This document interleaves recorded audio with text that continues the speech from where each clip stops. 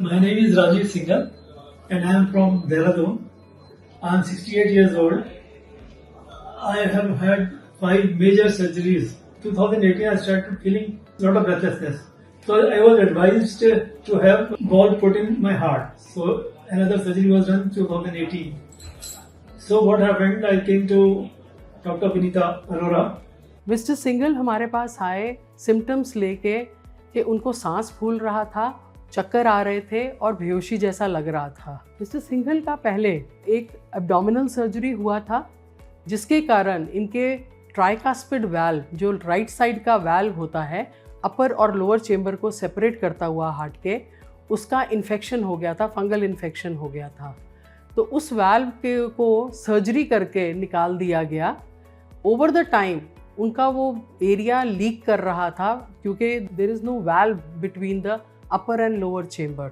सो tricuspid regurgitation हो रही थी, खून जो है वो वापस जा रहा था।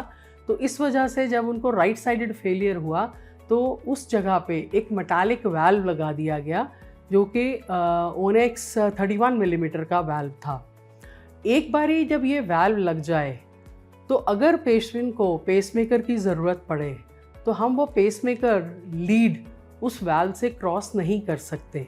ये टेक्निकली गलत होता है क्योंकि या तो वो वाल्व स्टक हो जाएगा या वो लीड टूट जाएगी। So there are lot of complications involved in case the patient requires a pacing after the valve replacement. तो उसमें क्या होता है कि या तो हम कोरोनरी साइनस के थ्रू डाल के एक लीड डाल देते हैं या इनका सर्जिकल एपिकार्डियल लीड्स लगानी पड़ती हैं। ये पेशेंट किसी और हॉस्पिटल में पहले गए और उन्होंने ट्राई किया कि कोरोनरी साइनस के थ्रू एक लीड डाल दी जाए जो राइट की जगह लोअर चेम्बर को पेस कर दे। ये करते हुए वहाँ बहुत प्रॉब्लम हो गई पेशेंट को क्योंकि उन्होंने वाल्व क्रॉस किया तो वाल्व स्टक हो गया और पेशेंट को ब्रेथलेसनेस और बहुत ज़्यादा प्रॉब्लम हो गई, वो नहीं कर पाए। पेशेंट हमारे पास आए looking for an outlook, how to go about it, क्या करना चाहिए, क्या सर्जरी करा लेनी चाहिए। एपिकार्डियल लीड्स के लिए उनकी तीसरी बारी कार्डियक सर्जरी होती। Since I have a metallic valve, she said we'll put a spacer, cordless spacer. I talked to a lot of surgeons. Everybody said it won't be possible for you because you have a metallic valve. So, but when I came to her, she said no, I'll do it.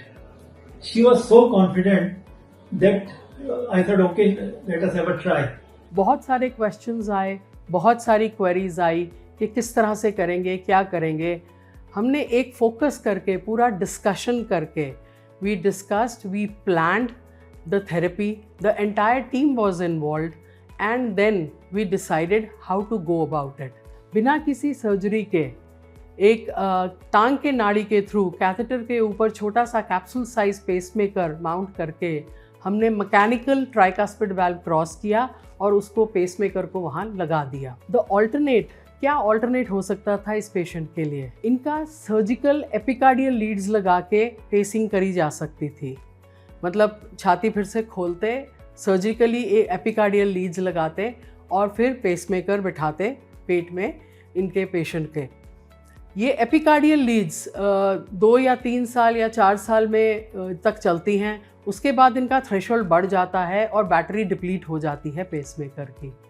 However जो leadless pacemaker हमने लगाया है उसकी battery 17, 18, 20 साल तक चल रही है, which is very very good for this patient and it is better option for these patients. ये प्रोसीजर करके हमने मैकेनिकल ट्राइकास्पिड वाल्व वाले जो पेशेंट्स होते हैं वो पूरे ग्रुप को एक रे ऑफ होप दिया है कि उनका बिना सर्जरी के ये समाधान हो सकता है और वो बेटर फील कर सकते हैं, पेसिंग उनमें अच्छे से हो सकती है with a very good longevity of the pacemaker for almost 18 to 20 years और उनको सर्जरी कराने की ज़रूरत नहीं है। सर्जरी के बिना ये ऑप्शन अवेलेबल है और अच्छी ऑप्शन है। अगर सर्जिकल इम्प्लांट होता है तो पेशेंट को हॉस्पिटल में 6 से 7 दिन रहना पड़ता है। हमारे पेशेंट को हमने अगले दिन सुबह डिस्चार्ज कर दिया, which means his stay in the hospital was hardly 24 hours. So and जब वो गए यहाँ से तो चलते फिरते हुए गए, अच्छे खुश गए और अपना ख्याल खुद रख रहे थे। जबकि सर्जिकली ये चलना फिरना 3-4 दिन के बाद शुरू होता है और उसके बाद पेशेंट को तकरीबन 6 से 7 दिन में डिस्चार्ज किया जाता है। She is really great.